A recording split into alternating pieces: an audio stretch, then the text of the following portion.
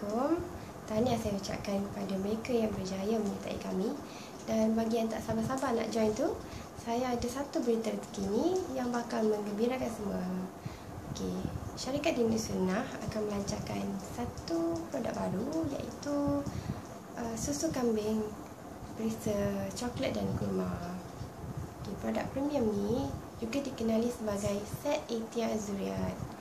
Walaupun dikenali sebagai set ikhtiar zuriat, ia masih sesuai diminum oleh bayi seawal 6 bulan dan ke atas. Okey, atas rayuan ramai, syarikat Dini Sunnah dengan baik hatinya telah melonggarkan syarat pendaftaran sebagai pengedar rasmi, iaitu dengan pembelian minimum sebanyak 1 karton susu kambing perisa coklat dan kurma yang bernilai hanya RM500.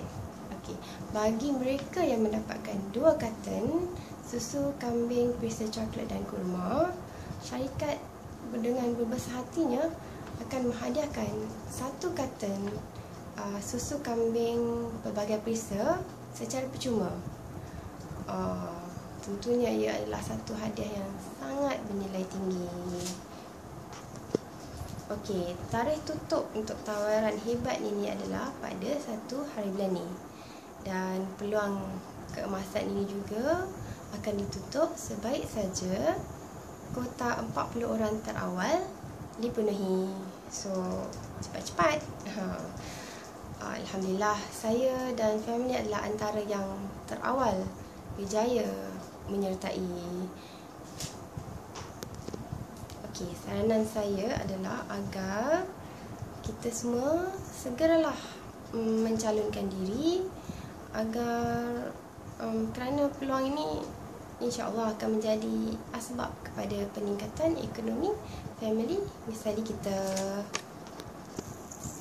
cepat-cepat, jangan lepaskan peluang keemasan ni yang pastinya tak datang berkali-kali. Tarikh tutup pada 1 hari bulan ni. Cepat-cepat, jom maju bersama-sama dengan saya. Mudah je. Sila akses alamat web pada video ni dan hubungi saya sekarang. Okey, minuman sunnah satu amalan. Di dalam sunnah ada kejayaan. Terima kasih.